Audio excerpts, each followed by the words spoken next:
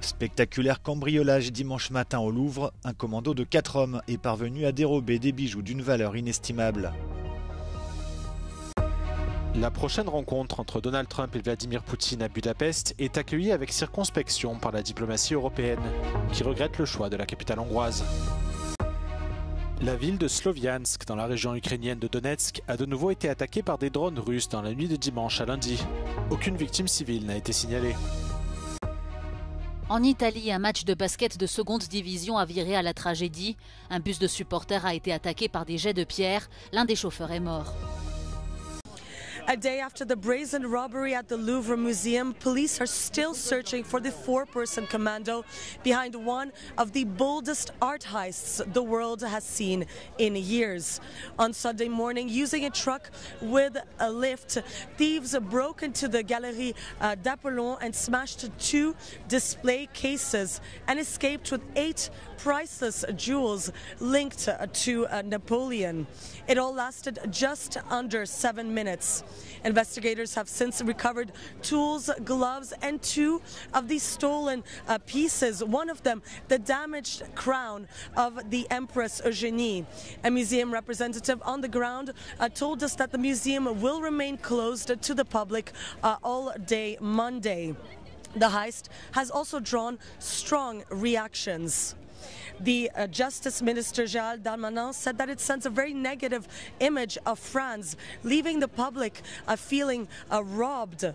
Concerns about security and staffing are nothing new. In June, Louvre staff workers went on strike to denounce the lack of personnel that weakens the museum's security. A report by France's highest audit institution found that the Denon wing, home to the Mona Lisa, as well as the targeted gallery, well, 1 in 3 rooms has no cameras. The Louvre, already struggling with overcrowding and leaks, now faces a new challenge of protecting its treasures. 4 personnes ont été tuées dans un incendie qui s'est déroulé tôt dans la matinée de lundi dans le 3e arrondissement de Lyon, tout près du quartier de la Part-Dieu. Selon les premières constatations, les victimes sont 2 hommes et 2 femmes qui vivaient illégalement dans une cave aménagée de 20 mètres carrés. Décédées par asphyxie, elles ont été extraites de cette cave mais n'ont pu être réanimées par les secours. D'après les pompiers, le feu a été rapidement maîtrisé et ne s'est jamais propagé aux étages supérieurs. Selon des sources policières et des informations du journal local Le Progrès, une plainte avait été déposée il y a 4 jours concernant l'occupation illégale de ce bâtiment. Certains habitants se sont plaints à maintes reprises aux bailleurs de la présence régulière de squatteurs dans l'immeuble.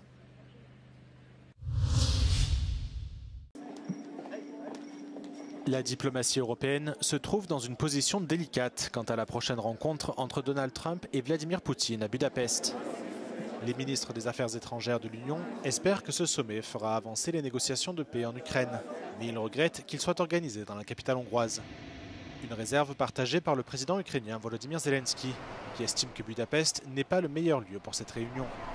Cette présence annoncée de Vladimir Poutine sur le territoire de l'Union européenne n'a de sens que si elle permet d'acter un cessez-le-feu immédiat et sans condition. Le Premier ministre hongrois Viktor Orban, proche de Trump et de Poutine, est en désaccord avec la majorité de l'UE sur la guerre en Ukraine. Par ailleurs, le président russe est sous le coup d'un mandat d'arrêt de la Cour pénale internationale pour crimes de guerre. No, it's not nice. I mean, to see that really a person put to the arrest warrant by the ICC is coming to a European country. And again, you know, the question is whether there's any outcome out of this. De plus, pour que cette rencontre puisse avoir lieu, plusieurs États membres de l'UE devraient ouvrir leur espace aérien à la délégation de Vladimir Poutine, alors que celui-ci est fermé aux avions russes depuis 2022.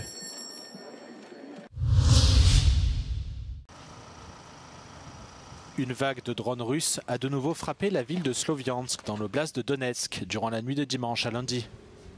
Cette localité du Donbass ukrainien avait déjà été la cible d'une attaque similaire la veille, 5 drones ayant endommagé plusieurs maisons et une école.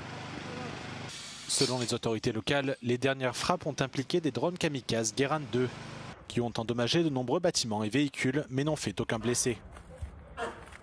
Ces dernières semaines, la Russie a intensifié ses frappes dans cette région de l'Est de l'Ukraine. qui est le théâtre de combat particulièrement actif depuis le début de l'invasion.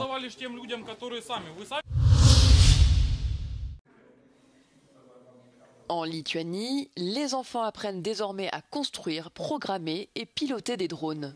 Cette initiative, à travers le programme AirTech, s'inscrit dans le cadre des efforts déployés par le ministère de la Défense du pays pour préparer la société à contrer d'éventuelles menaces de la Russie et intervient dans un contexte marqué par une recrudescence des incursions dans l'espace aérien européen. Les jeunes élèves s'initient à l'apprentissage du pilotage des drones sur simulateur. This is the track that I picked and this is the controller, and when I press start I need to go through these boxes and finish the lap. Les enfants apprennent ensuite à faire évoluer leurs engins à travers des cerceaux suspendus au plafond ou posés au sol et participent également à de véritables courses de drones. So I'm teaching how to fly drones, how to lift them, how to use them. We're learning how to race because we have first racing in October. Le programme permet d'éveiller l'intérêt des enfants aux sciences numériques et vise également à leur transmettre des compétences utiles pour leur avenir professionnel. D'autres pays baltes, comme l'Estonie, ont mis en place des programmes similaires pour préparer leurs citoyens aux défis technologiques et sécuritaires émergents.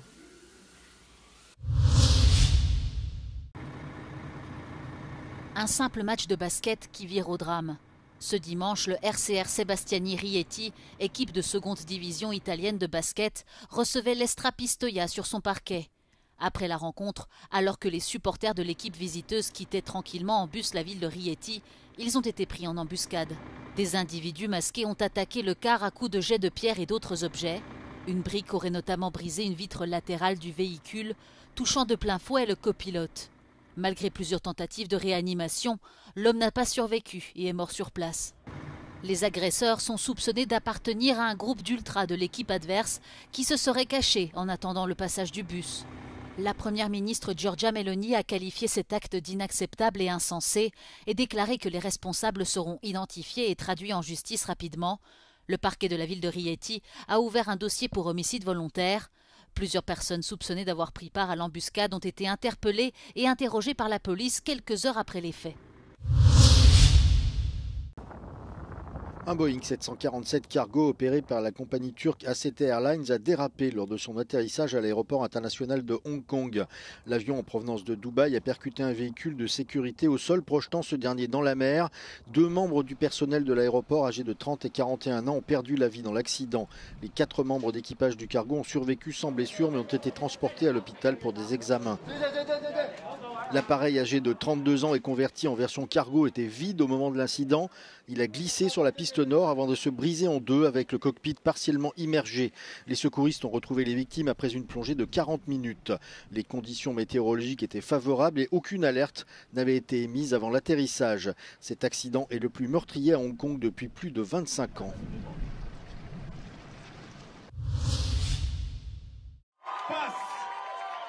On votait ce dimanche pour la présidentielle en Bolivie. Le candidat de centre-droit, Rodrigo Paz, a remporté l'élection, marquant le retour de la droite au pouvoir après près de 20 ans. Avec 54,5% des voix, il devance de près de 10 points son rival Jorge Quiroga, également issu du camp conservateur. Un résultat qui illustre l'essoufflement de la gauche, tenue pour responsable de la crise économique actuelle en Bolivie. À la tête du Parti démocrate chrétien, Rodrigo Paz a mené une campagne au ton modéré, promettant de préserver les programmes sociaux tout en relançant la croissance par le secteur privé. À noter que les démocrates chrétiens ne disposent pas de la majorité absolue au Parlement. Rodrigo Paz prendra ses fonctions le 8 novembre prochain.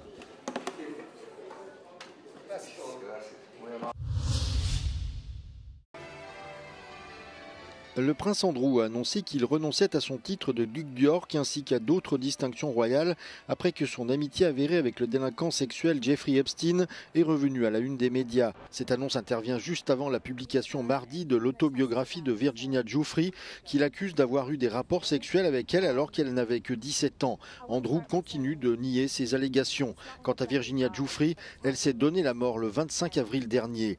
Dans une déclaration rendue publique vendredi par le palais de Buckingham avec avec l'accord de son frère, le roi Charles. Il écrit « Les accusations incessantes me concernant détournent l'attention du travail de Sa Majesté et de la famille royale ». En 2019, Andrew s'était déjà retiré de la vie publique à cause de ses liens avec Jeffrey Epstein, bien qu'il ait toujours nié tout acte répréhensible.